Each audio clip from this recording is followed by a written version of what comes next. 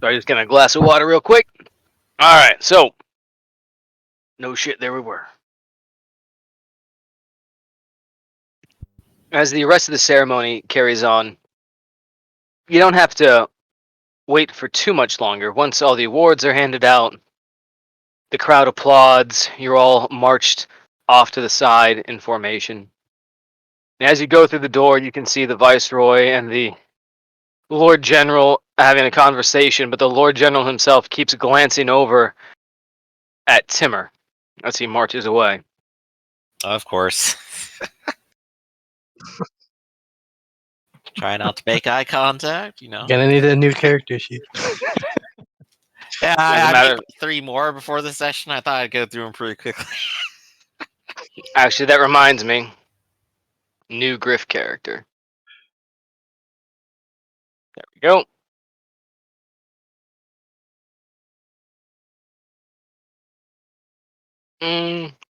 Just in case. Alright, so.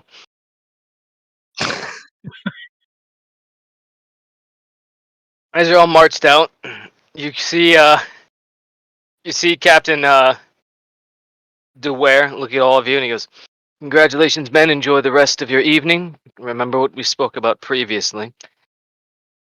Sergeant, if you would come with me, please."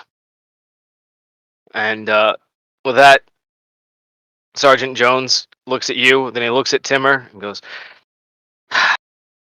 "One fucking job, Private. One goddamn job. Jesus Christ, it's like your legs got replaced with fucking jello." Perhaps should have less of that next time. I'll make a note of it. It's alright. Let's see if I can't smooth things over for you. And with that, he's pulled off to the side. Meanwhile, Yeah. the rest of you, the doors open and you see this throng of wealthy folks. There's people taking pictures. Some of them are running up and getting pictures with the soldiers. You see there's a number of people lining up to talk to Alexander and Jort specifically. Of course, they're the biggest heroes. But you also notice that as you get let out, there's a massive green, sort of like a field. Despite the fact that you're 10 stories in the air, it goes on for about 100 meters. Mm-hmm.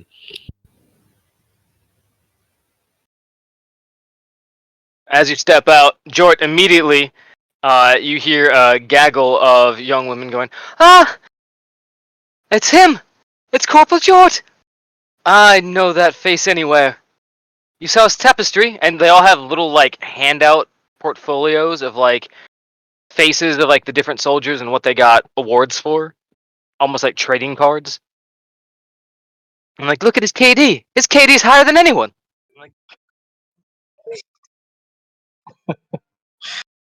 Hey, Like, you want to see me 360 no scope off a ladder? You see they start bringing a ladder out. Jort's gonna do it and break his neck. as he sprays wildly and just takes out the Viceroy, thus starting the Third Civil War. Yeah, as they walk around, you see a number of the nobles holding out cards and being like, "Oh, Private Jenkins. Oh, da da da." And as they're going, they're like, you see one in the back and be like, "I don't see Sergeant York anywhere. I don't see Private York anywhere." According to this, his guitar and cooking skills are off the charts, even if his combat record isn't the greatest. Like, I'm sure he'll show up eventually.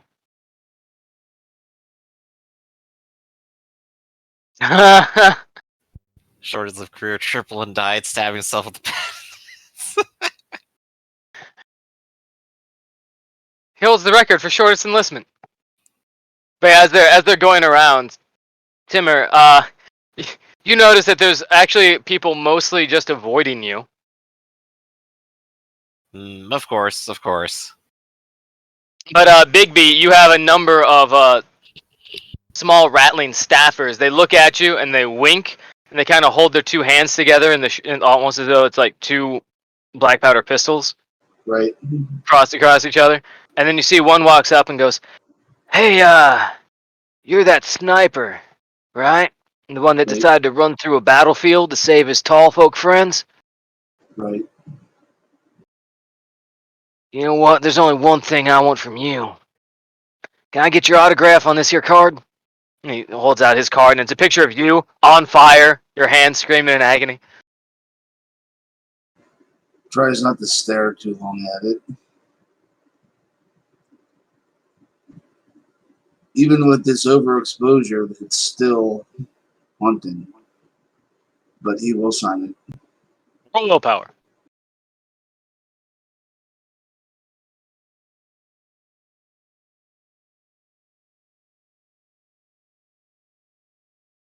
But then he goes, "Yeah, I heard my buddy O'Leary. He died out there. He was a Sentinel pilot.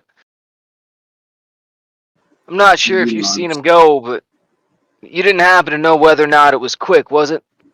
He was a good guy, even if he was a bit aggressive at times. It was quick.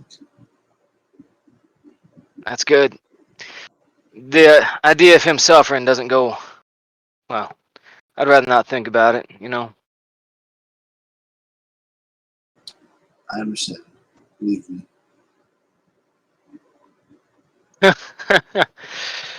But yeah, he takes your signature and he goes, "Thanks, we're gonna put it up.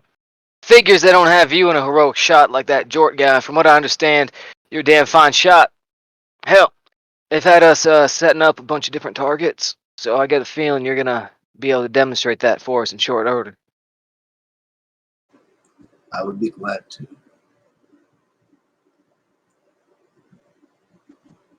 That's why I joined this man's army. Shooting is my favorite thing to do. Well, you know, we could use a couple of rifles like you here in this city, but I suppose that'll just have to wait till later.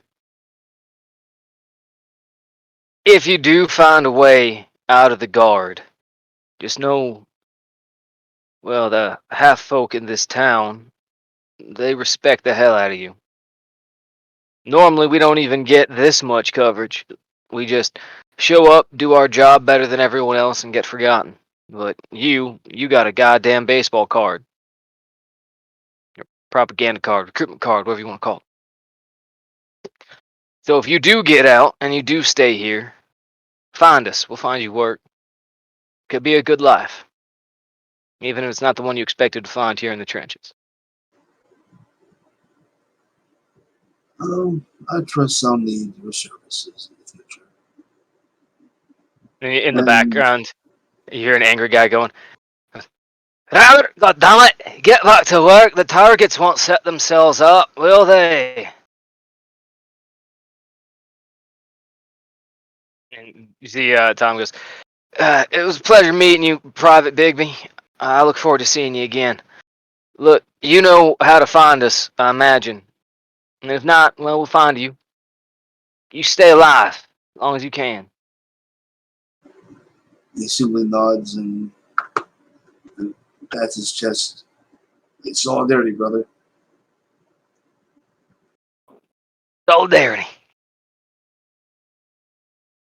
It's like the old rattling saying, "We're plenty tall when there's three of us in a trench coat." And he walks off laughing.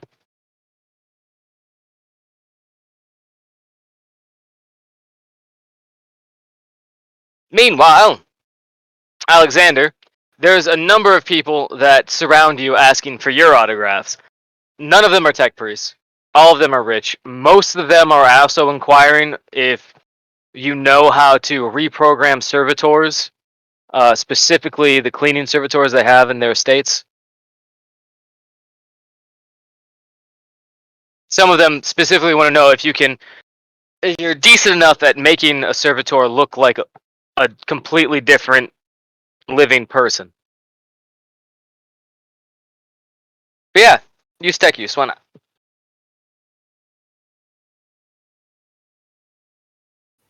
I like to imagine Alexander just rewires them from here. When you go home, your equipment will be free. Yeah. Uh, Every time you refer a friend, it'll take $10 off of your subscription. Hack, hack, hack, hack, hack. just thinking of the cog metal. Skynet activated.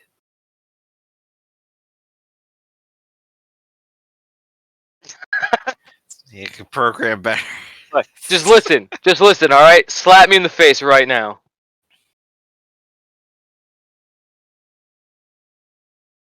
I'll just go ahead and roll it.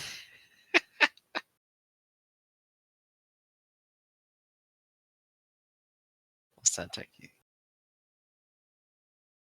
Yeah, see, that would have been 3.8 if he just slapped you. Yeah, so as you hear the problems, it's clear that most of these problems just stem from the fact that they haven't shut down their servitor in a long time. They've basically overclocked the servitor, causing its processors to get overheated. All they have to do is turn it off, wait a couple minutes, and plug it back in.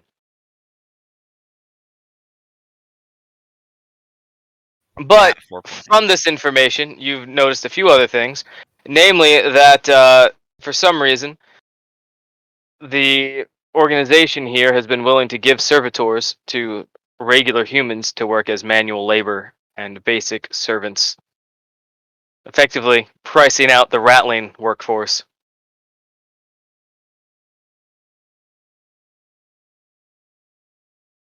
Additionally, it seems as though it's yeah, right.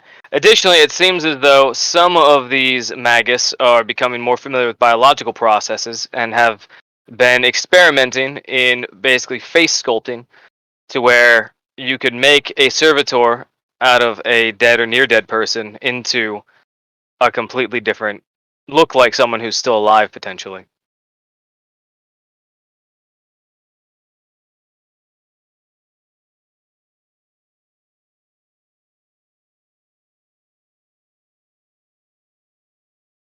You just have a figurative display piece.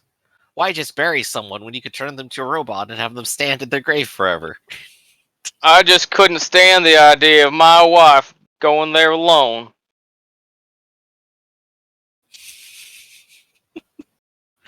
Do what you want with the bone and muscle. Yeah. Wink, wink. All right. So while that is going on, Jort, you are surrounded by so many people, but as everyone's around offering drinks, having a good time, they keep offering you drinks, one after the other. Would you like to drink more? And when I say this, I will allow you I'll to have roll like and 4. subtract. Well, so here's the situation. If you really just want to lose yourself in all the glory and glamour and fun, I'll let you roll 1d10 to subtract from your sanity points. But you're going to be fucked up for the rest of this event. Yeah, I don't know. Sarge told me I had to be respectable, and now I'm a corporal now. You're going to cling to that insanity. I like it.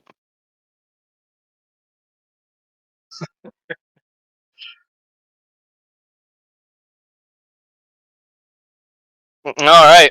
Yeah, he's educated now. He's a corporal. Oh, come on, not Yeah, just no, I one sound like drink. that rooster from Looney Tunes. I say. Are you sure we can't get you to just have one drink with us? It's the best amasec in the city. You're a hero of the Imperium. You enjoy to have some fun. Well, You deserve to have it.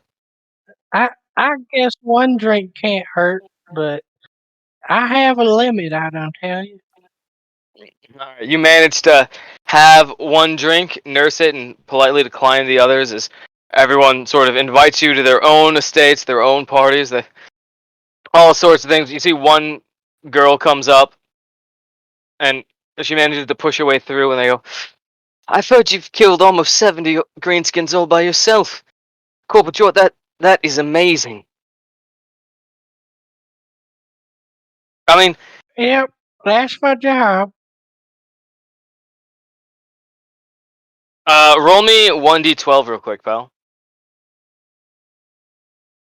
All right, a 12. Okay, roll me 1d4. We're on the fancy chart now.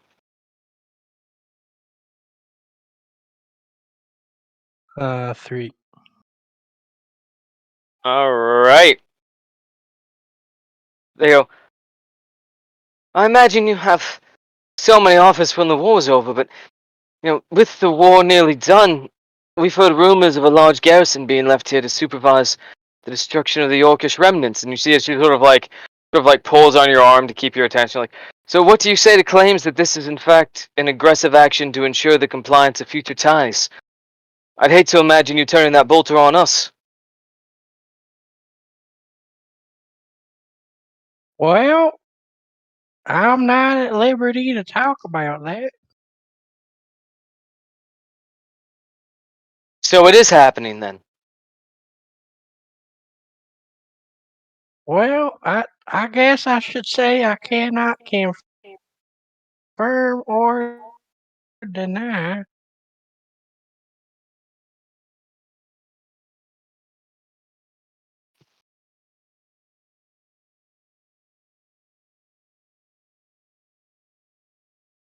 Roll me a. Actually, you know what? I don't think you need a roll for this. You've done this well enough, yes. Well, does that mean you're not going to be staying after the war then? Well, I'm in the guard, ma'am. I go where they send me. So it's not true that they're going to offer you boys a chance to stay here after the war. Get your own plots of land, assimilate into our communities. I can imagine there'd be plenty of spouses willing to settle down with a hero such as you.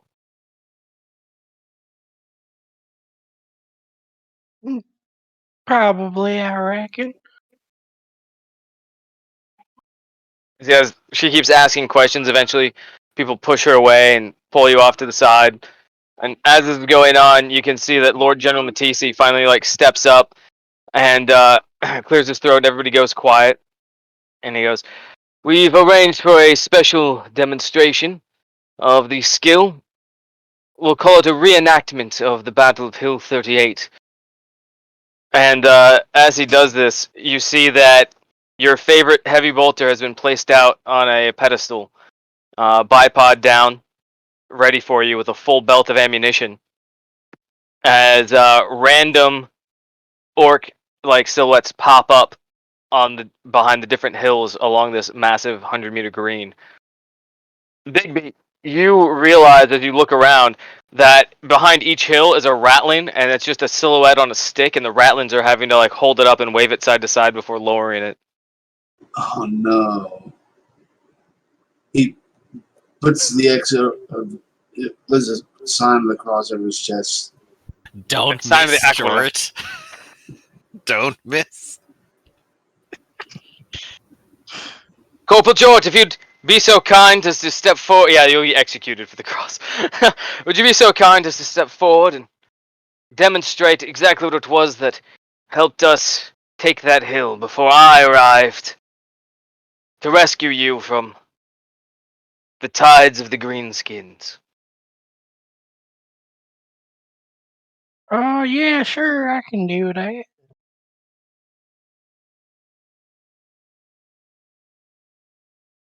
I assume it's gonna be is it short range or standard range? So this is standard range. There are 6 targets. For every degree of success, you manage to hit a target.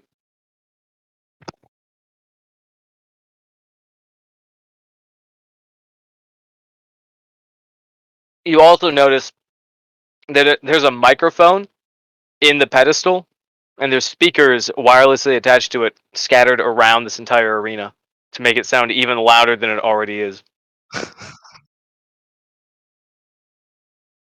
Oh boy. um. Okay, so so I get this right, with my bipod, it's +10, and then with my motion predictor, it's another +10, and then with my my targeter, it reduces the minus by 10. So is that just like a +30 overall, or? Yeah, basically. So basically, because you're always firing on 'Cause automatic, I guess I and the could. targeter, I believe, is Right. just any penalty is reduced by 10. So the penalty of firing on full auto would be negated by the targeter. Okay, so I'm just gonna do semi-auto and then plus 20 because. Can you do semi-auto with a heavy bolter? No, but it's just automatically like a 0 if I do it like that. So Oh, you mean you'll just? Oh, okay, got it. I hear what you're saying. Yep. Mm, Oh, Jesus Christ. how do you have Bullets only a everywhere. 58? How do you only have a 58 chance? My weapons skill is a 38. So You need your ballistic skill. Yeah, his ballistic skill is yeah, only my 38. So ballistic skill. even with the plus 20 to his roll, he still only has a hat. You know, he has just above a 50-50 chance to hit shit. Yeah, would you like to use a fate? Do I have any more? Did I get mine back? Yeah, you haven't used any since this session, so you should have it. That Yeah, is I'll use it. Might hilarious. as well.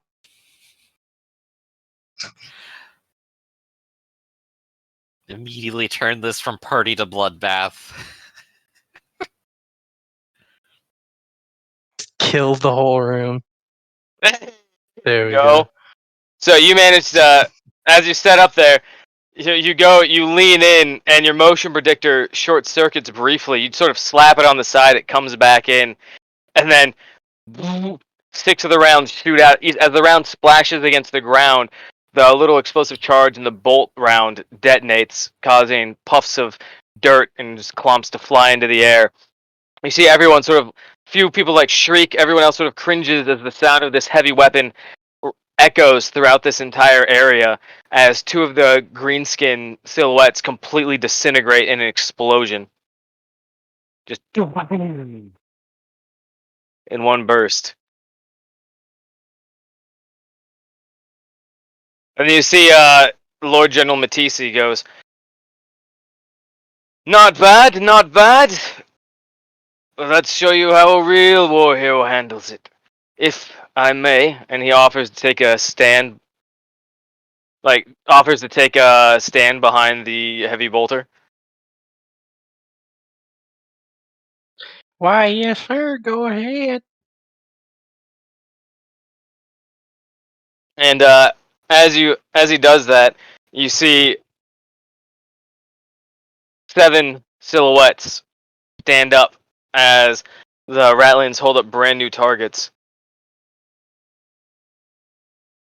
He leans in, and you look where he's at, and you realize that, like, as he goes into fire, the way this is situated, they have everybody take a step back for their own safety, and effectively he he leaves the belt in, right? But he switches the safety on, and he just shakes it a few times. And as he does this, all the sound that was just played from your firing echoes over the speakers again as everybody sort of cringes down, and all 7 of the silhouettes explode. You know for a fact he did not fire a single round. I just go ape shit like, woo!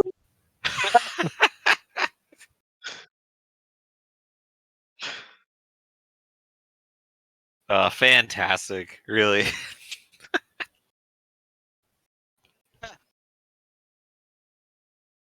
those He those turns Ratlins are around. not getting paid enough. Yeah, he turns around and he bows as everyone just erupts in an applause.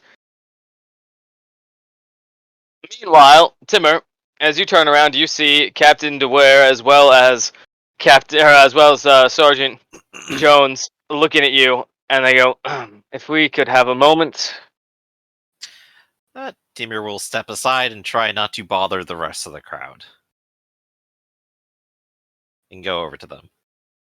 They lead you into a side room where they have a table set up that has a series of basically a cat of nine tails on it. Ah, that time already. And they go. The captain goes, "Now, you've been through quite a lot, Private. I can't say that I blame you for falling out during that formation. I just wish you hadn't.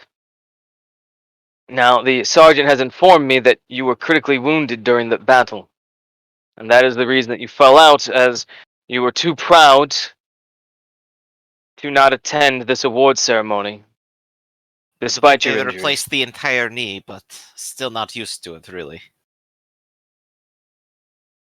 Indeed. It seems a shame to punish someone who still had the courage to come to this award ceremony in the first place. However, the Viceroy was quite offended, and Lord General Matisse was embarrassed that these are meant to be the strongest men of the Imperium, and yet standing seems to be beyond their capabilities. So, Lord General Matisse has allowed to recognize your great service to the Imperium, and has decided that should you be able to demonstrate your resilience, you will be allowed to return to duty instead of being summarily executed by our good friend, Commissar Hartley. Of course. We cannot change how he feels about things. Such things are beyond our control. We do what we must then. Indeed. So, the Viceroy has a issue with the sight of blood, so he will be listening in through the comm link to ensure that this, well, this punishment has been meted out. Of course. So if you would be so kind as to take your position on the rack. As he points out, you see there's a hastily made sort of cross X out of like tables. And as you walk up there, you see Staff Sergeant Jones walks in, puts a finger to his lips, and then takes his knife out. And as he walks up to you, he's carrying this silver tray. He sets the silver tray down, opens it, takes out a full, like, cooked turkey that they had outside for the guests, and he pins it right next to you on board the that little X in the table. Yeah. And he goes, Captain, the private has been properly restrained.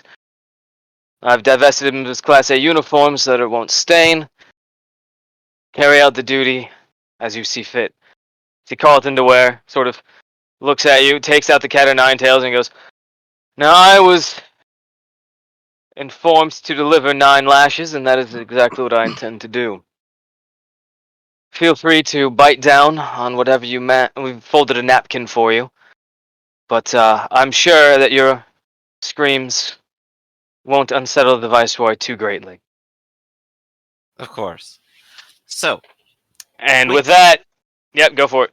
quick question. Am I actually restrained at this moment? No, you're just standing there. You don't even have your uniform off. Okay. Mono knife. That okay? Sure. Okay. I'm going to wait for him to begin, and since faking a scream is very hard, I will go ahead and use the mono knife to cause actual physical damage to myself in a small part in order to get the proper scream, and then just try to hold it out as he goes through it.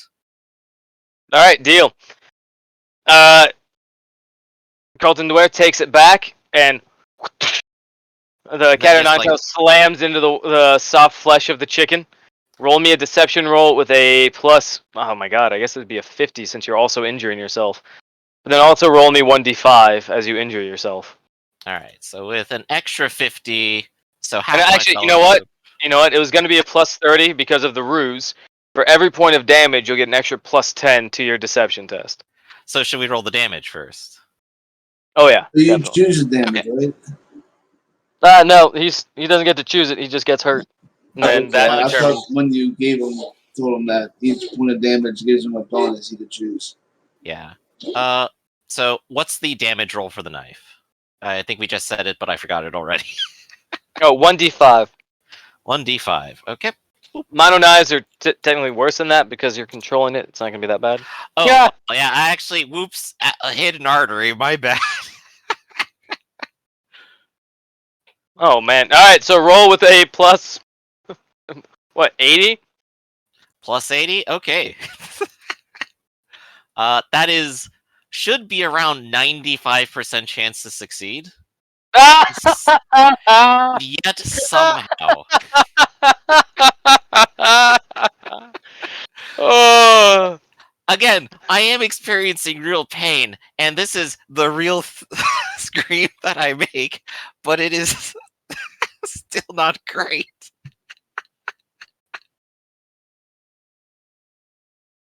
Oh my god. I don't even.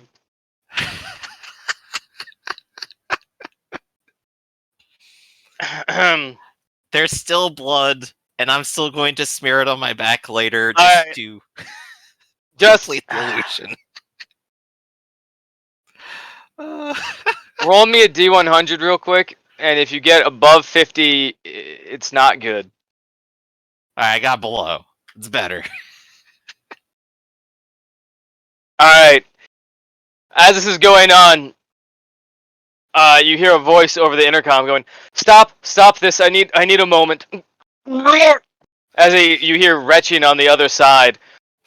While this is going on, the Viceroy goes, "My apologies, I can't be a party to this. I'm going to send in my assistant to observe." Alright. Quickly splash blood all across the floor, take position. Yeah, as you take position, you see the sergeant doesn't take the knife down, he just rips the turkey off and throws it across the room. Right around the time the doors open. As you're taking your class A's off, just getting blood all over the place. Yeah. That whole turkey. I do it. And as this is going on, the assistant comes in and goes, "I was told to watch the whipping." And the captain goes, "Yes, you caught the tail end of it. Just a few more to go. As you were, Private Timmer." Of course. And No need to be gentle, Sergeant. and he is not, as he whips you for another.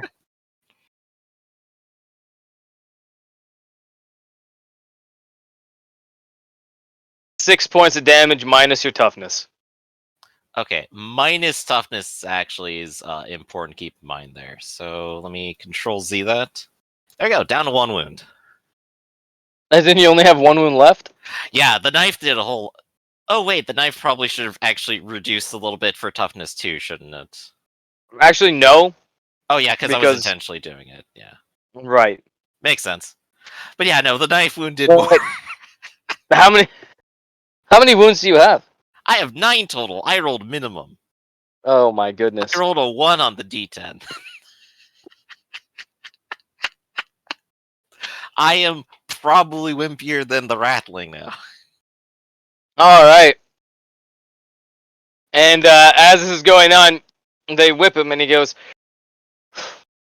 "Alright, this is awful. How many more times do you have?"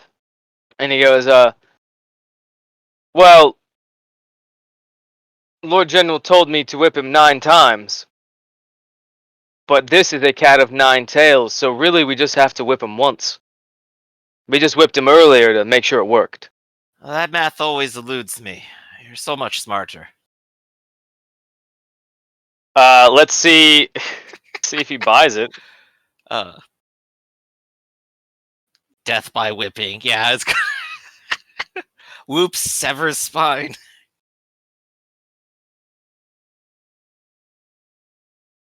Let's see how the officer does.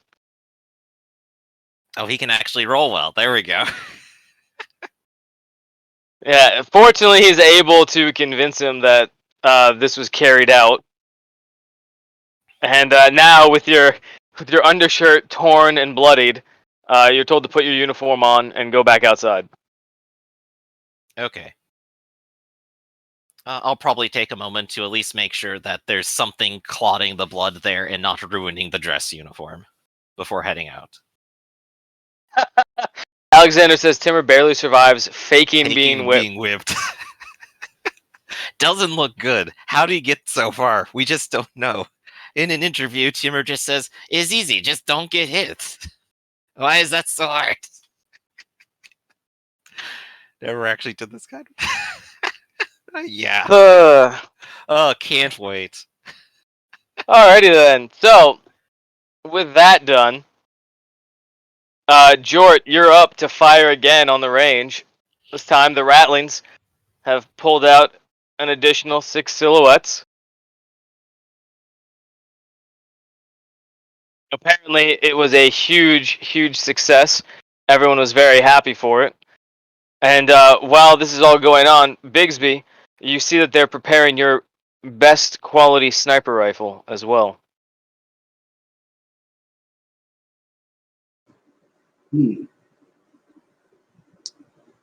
That's. I assume they're going to want another Nice, I demonstration. passed the first time. Ooh, well done. As 3 more targets just erupt. The crowd goes wild. Everyone is very proud of your performance. They sort of gather around you, and as they sort of cart your... What was the name of your heavy bolter again? I want to say Betty. Betty? That sounds right. As they cart Betty away for maintenance, they pull out the sniper rifle. Most people aren't paying attention at all as Bigby, you are waved over to the stand, and you see the Ratlins come out with these almost like clay frisbees.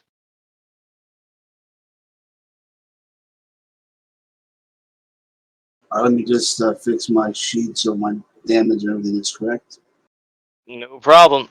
Timur, as you come out, there's a couple of people, and they're like, "Oh, Private Timur, we were just hoping we could get a photograph with you. We were wondering," as they take a picture of you covered in blood. Oh, well, I mean, like I said, I did make sure at least there's none seeping through the dress uniform. There you go. Roll me 2d10. Yeah, 2d10. Let's see what we get. 3. As you see a man from before, John Havisham, this time with a press pass attached to his collar. What'd you roll? 3. Yes. Timur.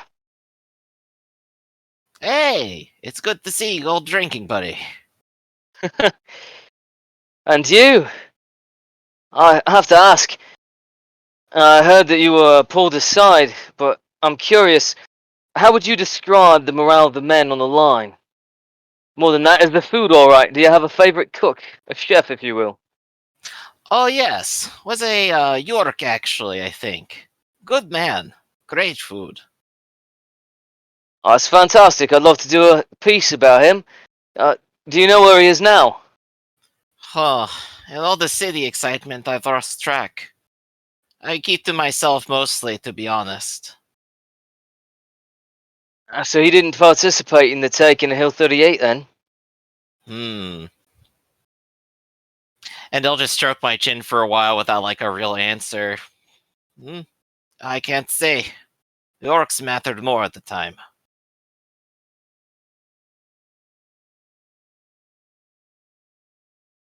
Let's see if he takes that. Fair enough. One more. Roll me another d10, buddy. Alright, another d10. 2. Yes.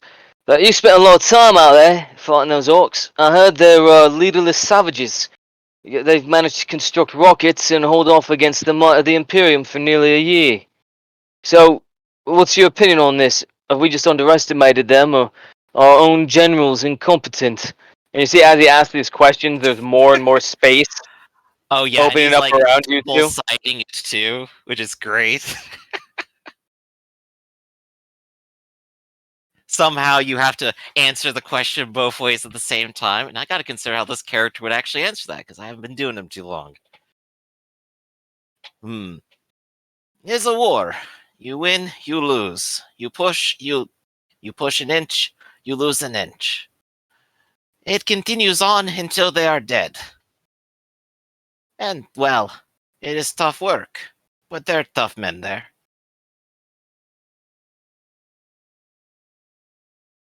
So you're saying that we're about on par with the orcs then, as far as our tactical acumen. Sometimes they win, sometimes we win, because that's the nature of war. They are stupid beasts, but, well, if something heavy comes at you, sometimes it knocks you out. But that is no problem. Thank you for your time. I still owe you a drink for later, and I'm Perhaps glad to again, see you. then. Rumor has it you weren't long for this world. You look a little pale around the face.